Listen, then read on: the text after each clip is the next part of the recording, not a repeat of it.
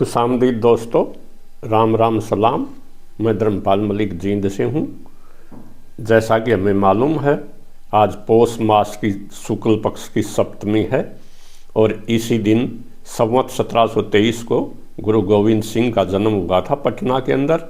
और उस दिन क्रिश्चियन इरा था 22 दिसंबर 1666। उनकी माता जी की को गुजरी देवी थी और पिताजी सिखों के गुरु 9वें गुरु तेग बहादुर जी थे।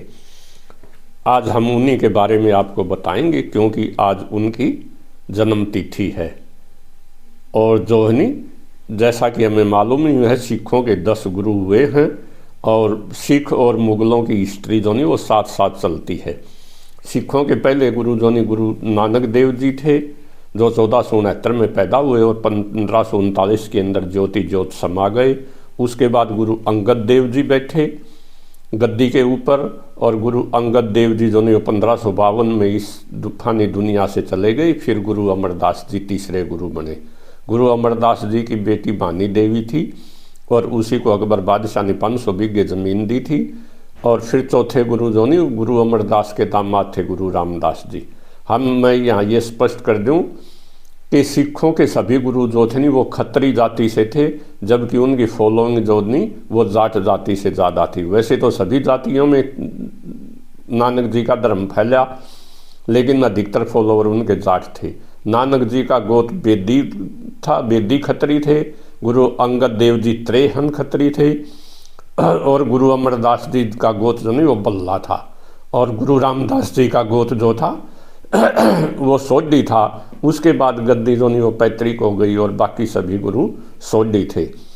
तो चौथे गुरु रामदास जी थे, जिन्होंने अमृतसर के अंदर 2 तालाब बनाए, अमृत के तालाब। 5वें गुरु उनके बेटे गुरु अर्जुन देव जी थे, जिन्होंने गुरु ग्रंथ साहब की रचना की, आदि ग्रंथ की 1604 के अंदर कंपाइलेशन की।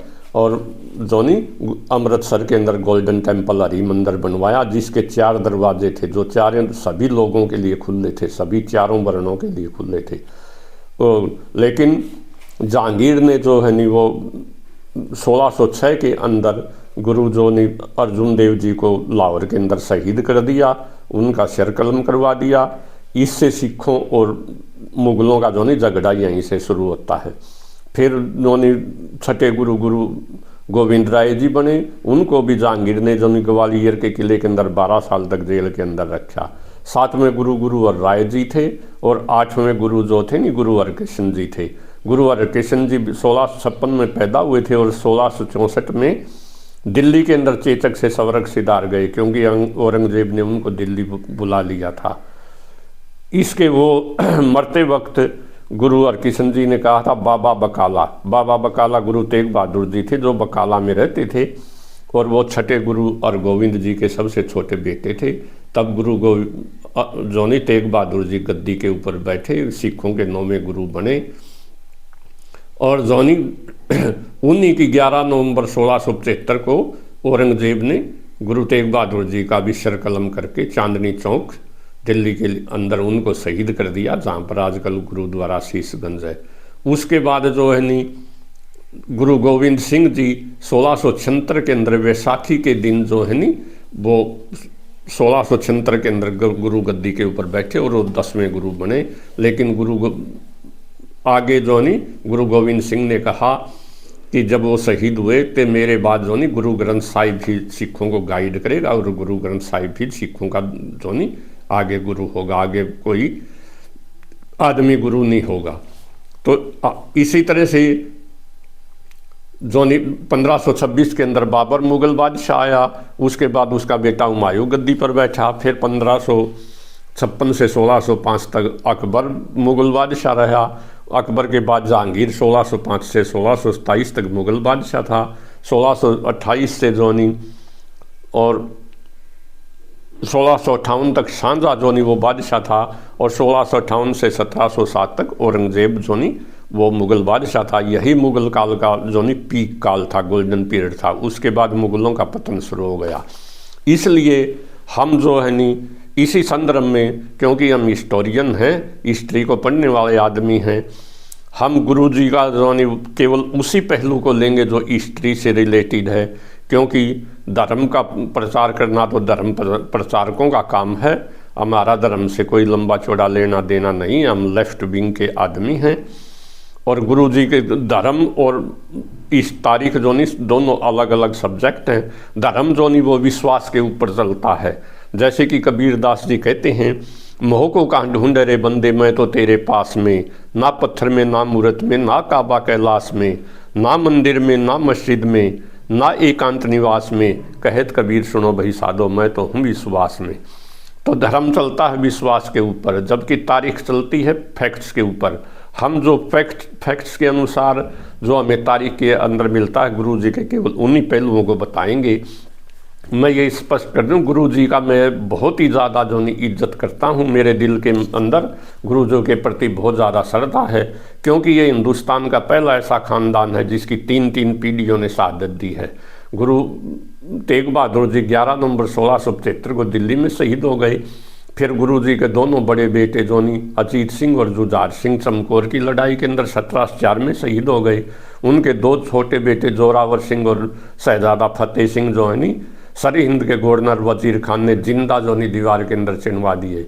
और फिर गुरु जी जो नहीं इस जनता की सेवा करते हुए, इस जनता के लिए लड़ते हुए, जमशेद खान नाम के पठान ने उनको छुरा घोंप दिया 20 सितंबर 1708 को। और इसी गांव से वो जो नहीं 7 अक्टूबर 1708 को जो नहीं वो शहीद हो गए। लेकिन मरने से पहले 6 अक्टूबर 1708 को उन्होंने अपने अनुयायियों को कहा कि आगे जो नहीं गुरु ग्रंथ साहब जो नहीं वो सिखों का गुरु होगा, आपको जो नहीं गुरु ग्रंथ साहब से ही गाइड लेनी है, और इस यहीं से जो नहीं यही आपका गुरु होगा। इस तरह से उन्होंने जिंदा गुरु की प्रथा को तो बंद कर दी, ख़त्म कर दिया, और गुरु ग्रंथ साहब को ही गुरु मान लिया। गुरु जी का जन्म जो है नहीं वो 22 दिसंबर 1666 को जो नहीं शुक्ल पक्ष की पौष माह की सप्तमी के दिन 1723 में हुआ था। गुरु जी का जन्म पटना के अंदर हुआ था। वो 1666 से 1670 तक 4 साल पटना के अंदर रहे। 1670 के अंदर गुरु जी पंजाब आ गए। 1672 के अंदर गुरु जी जो नहीं आनंदपुर साहिब के अंदर आ गए। और 11 नवंबर 1673 को गुरु तेग बहादुर जी को शहीद कर दिया गया। गुरु जी को खुशवंत सिंह लिखते हैं, सरदार खुशवंत सिंह। इसका अधिकतर मटेरियल जो है नहीं ये हिस्ट्री ऑफ सिख्स किताब है, सिखों का हिस्ट्री ऑफ सिख्स वॉल्यूम 2 इससे लिया गया है। और जो नहीं और दूसरा मैंने कन्निंगम हिस्ट्री ऑफ सिख्स कन्निंगम की पढ़ी है, डॉक्टर महीप सिंह की लिखी हुई जो नहीं गुरु गोविंद सिंह की जीवनी से भी मटेरियल लिया गया है। अमरजीत दहिया की किताब से द फाउंडर ऑफ सिख राज का उससे भी material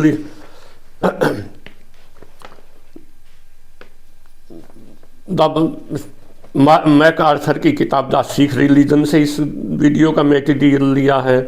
the founder of Khalsa जो नहीं अमरजीत दहिया की किताब से भी इसका मटेरियल लिया है। इसलिए हमने कई किताबों का सहारा लिया है इस वीडियो को तैयार करने के लिए।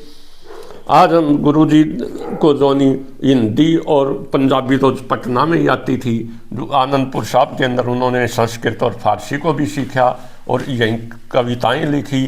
जो नहीं गुरु जी जो नहीं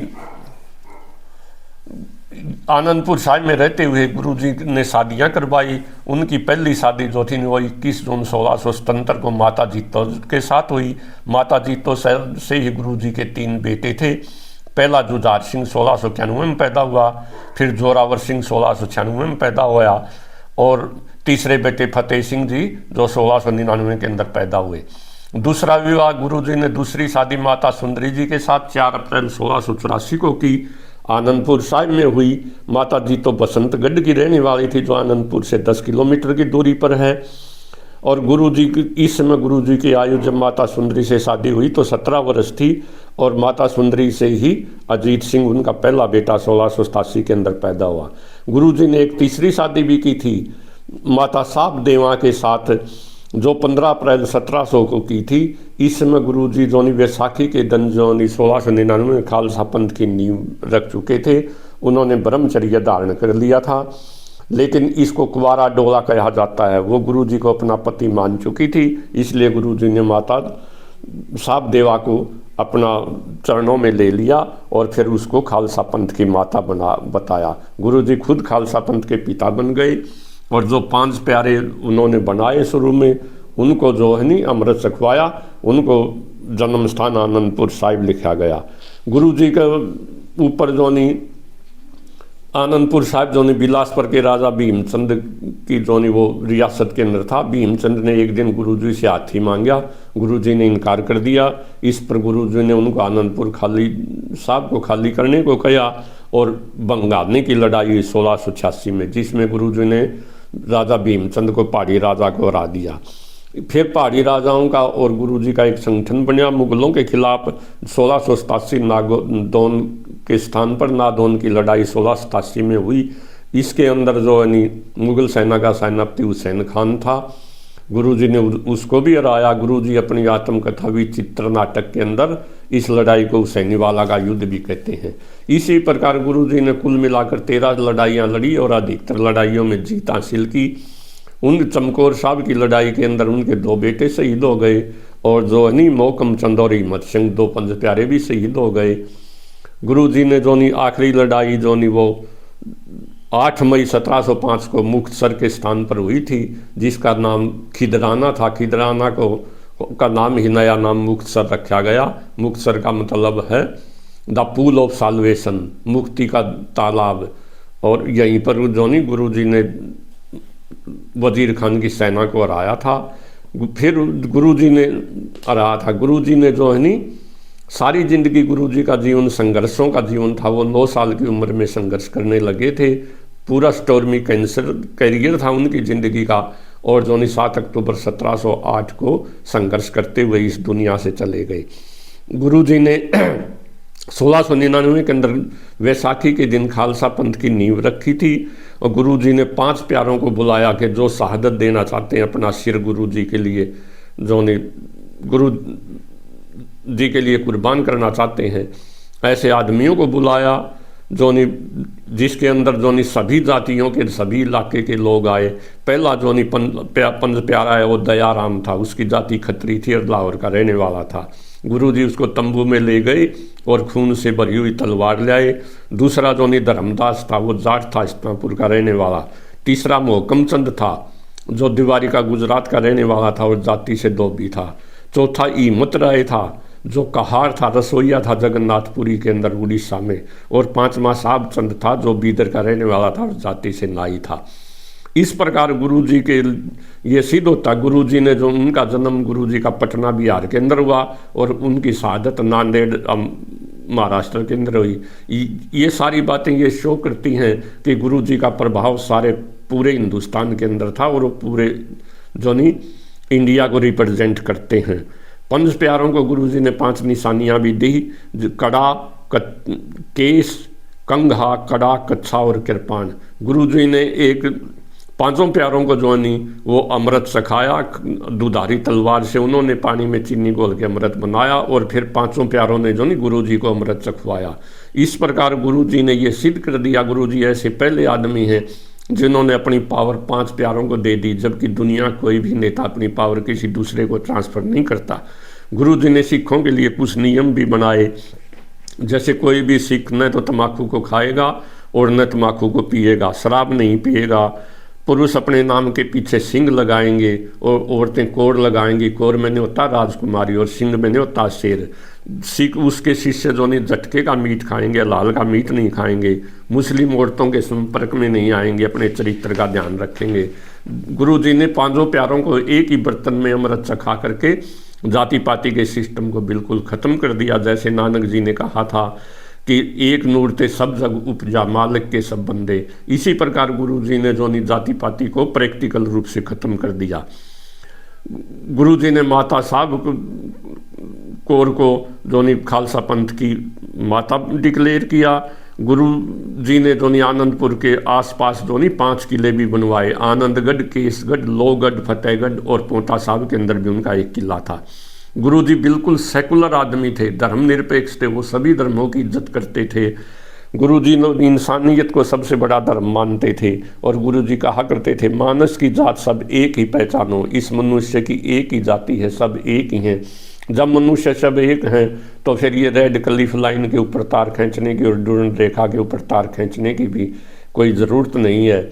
गुरुजी देश की सीमाओं को, जाति की सीमाओं को, किसी भी प्रकार के बंधन को से आदमी को मुक्त करना चाहते थे। गुरुजी ने जो ये भी जफरनामा के अंदर ये लिखा है कि आदमी को जब शांति के सारे रास्ते बंद हो जाएं तो हथियार उठा लेने चाहिए। इसलिए गुरुजी को संत सिपाही कहा गया है कि आदमी को, उसने अपने शिष्यों को भी संत सिपाही कहा कि वो हथियार तो उठाएं सिपाहियों की तरह से, फौजियों की तरह से, लेकिन उनका आचरण संतों जैसा होना चाहिए। गुरुजी जो नहीं वो जुल्म के खिलाफ थे। गुरुजी की ये कहना कि वो मुसलमानों के खिलाफ लड़े बिल्कुल गलत है। जो गुरुजी ने तलवार जो उठाई, वास्तव में वो उन्होंने जुल्म के खिलाफ आवाज़ उठाई थी। जब उन्होंने मसंद सिस्टम को बंद किया जो गुरु अर्जुन देव ने शुरू किया था, क्यों मसंद जो नहीं वो चंदे को खाना शुरू कर दिया था, ज़मीनें खरीद ली थी। तो गुरुजी ने जो सिख थे मसंद, उनके खिलाफ तलवार उठाई। पहाड़ी राजाओं के खिलाफ तलवार उठवाई जो हिंदू थे, और मुगलों के खिलाफ तो दोनों तलवार, औरंगजेब के खिलाफ तो वो सारी जिंदगी लड़ते रहे। ये तो सर्वविदित ही है। गुरुजी ने जो है कृपाण देकर, तलवार देकर अपने शिष्यों को, जो एक दबली और कुचली हुई कौम थी उसको जो नहीं, उस समय की एशिया की सबसे बड़ी ताकत मुगलों की, औरंगजेब के खिलाफ जो नहीं वो खड़ा कर, औरंगजेब के खिलाफ खड़ा कर दिया। गुरुजी की सेना के अंदर 500 पठान भी थे, जो ये सिद्ध करता है वो धर्मनिरपेक्ष थे। बुद्धू शाह, पीर बुद्धू शाह सडोरा का रहने वाला था। उसने अपने आदमियों को और 2 लड़कों को जोनी गुरुजी की मदद के लिए भेजा था। पीर बुद्धू शाह के दोनों लड़के जोनी वो बंगानी की लड़ाई के अंदर 1686 में शहीद हो गए थे। इस लड़ाई में गुरुजी ने एक मुसलमान को अपने गले से लगा लिया। जब एक शिष्य ने कहा कि ये तो मुसलमान है, तो गुरुजी ने उत्तर दिया, मुझे नहीं पता ये मुसलमान है, मुझे तो सिर्फ ये पता है ये मेरा सिख भाई है। गुरुजी ने जो नहीं जिस पहलू को कम पढ़ा जाता, काश्तकारों के लिए लड़ाई लड़ी। गुरुजी लैंड टू द टीलर ये कहा करते थे कि जमीन उसी की है जो जोतेगा। उस समय जागीरदारी सिस्टम था, और जागीरदार जो नहीं कई गांवों के मालिक होते थे, और काश्तकारों को, मुजारों को बहुत तंग करते थे। गुरुजी ने मुजारों के हाथ में जो नहीं हथियार दे दिए और जुल्म के खिलाफ उन्होंने लड़ना सिखाया। गुरुजी ने खालसा पंथ की नींव रखी और लोगों के हाथ में हथियार दे दिए, और उसका रिजल्ट ये हुआ कि इसी दबी कुचली कौम जो 1699 के अंदर खालसा पंथ गुरुजी ने स्थापित किया था। 1799 के अंदर महाराजा रणजीत सिंह ने, इन्हीं खालसा पंथ के लोगों ने जो वो लाहौर के ऊपर कब्जा कर लिया 100 साल के अंदर, और पंजाब का जो एक बहुत बड़ा राज्य कायम किया, जो अमृत से लेकर और पेशावर तक फैला हुआ था। उधर कश्मीर और लद्दाख, तिब्बत तक, और उधर मुल्तान और सिंध तक फैला हुआ था। गुरुजी एक डेमोक्रेट भी थे, वो डेमोक्रेसी में विश्वास करते थे। उन्होंने पहले 5 प्यारों को अमृत चखवाया, फिर उनके हाथ से जो खुद अमृत चखा। गुरुजी कहा करते थे खालसा मेरा रूप है खास। वो जो गुरुजी ने शरबत खालसा बुलाना शुरू किया, और उसमें गुरुमता लेना शुरू किया। बहुमत की जो राय होती थी उसे गुरुमता कहा जाता था। गुरुजी कहा करते थे वाहे जी का खालसा, वाहे जी की गुरुजी की फतेह। गुरुजी जो वो जागीरदारों के खिलाफ थे। उन्होंने एक जगह लिखा, राजन को मैं रंक बनाऊं, भूप गरीबन को कहलाऊं, कि मैं तो भूप में गरीबों को जो गरीबों का राजा हूं, और राजन को मैं रंक बनाऊं, जागीरदारों को रंक बनाता हूं। गुरुजी ने एक दबी कुचली कौम को हथियार उठाना सिखाया, और इसी कौम ने बाद में आगे चल के पंजाब के अंदर पंजाब का राज्य कायम किया।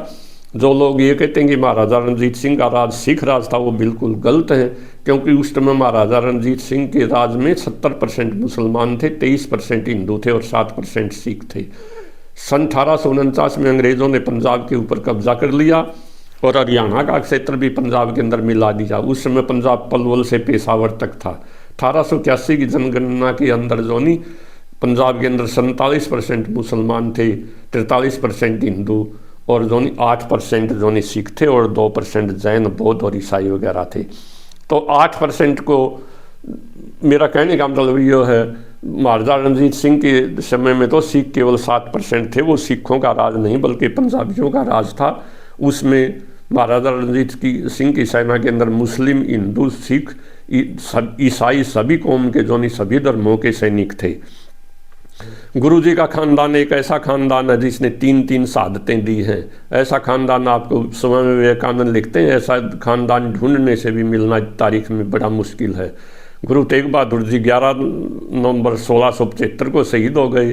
फिर उन गुरु जी के दोनों बेटे चमकौर की लड़ाई में शहीद हुए। 2 बेटों को जोनी दीवार में सरिंद के अंदर वजीर खान ने चिनवा दिया। फिर गुरुजी नांदेड़ के अंदर जोनी खुद शहीद हुए।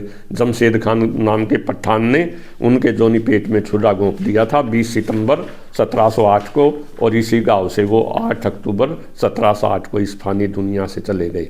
गुरुजी इक्वलिटी ऑफ मैन, मानव की एकता के अंदर विश्वास रखते थे। बराबरी के अंदर वो जाति पाति के, भाषा के किसी भी भेद को नहीं मानते थे। गुरुजी कहते हैं, गुरुजी ने अपने आप को एक साधारण आदमी बताया है। गुरुजी सब कहा सभी आदमी बराबर हैं। गुरुजी स्वयं कहते हैं, जो हमको परमेश्वर उचारे उसका नरक बीच वासा, कि न तो मैं पैगंबर हूँ न मैं किसी खुदा का बेटा हूँ, मैं सिर्फ जो है नहीं, जो मेरे को परमेश्वर कहेगा खुदा कहेगा वो नरक में जाएगा। वो अपने आप को खुदा का भगवान का दास कहते हैं। वो तो स्वयं कहते हैं, मैं तो परम पुरख का दासा, देखना आया जगत तमाशा, मैं तो उस परम पिता परमात्मा का दास हूँ। मानस की जात सब एक पहचानो, ये मानुष की जात नहीं सिर्फ एक ही जाति है। गुरुजी जोनी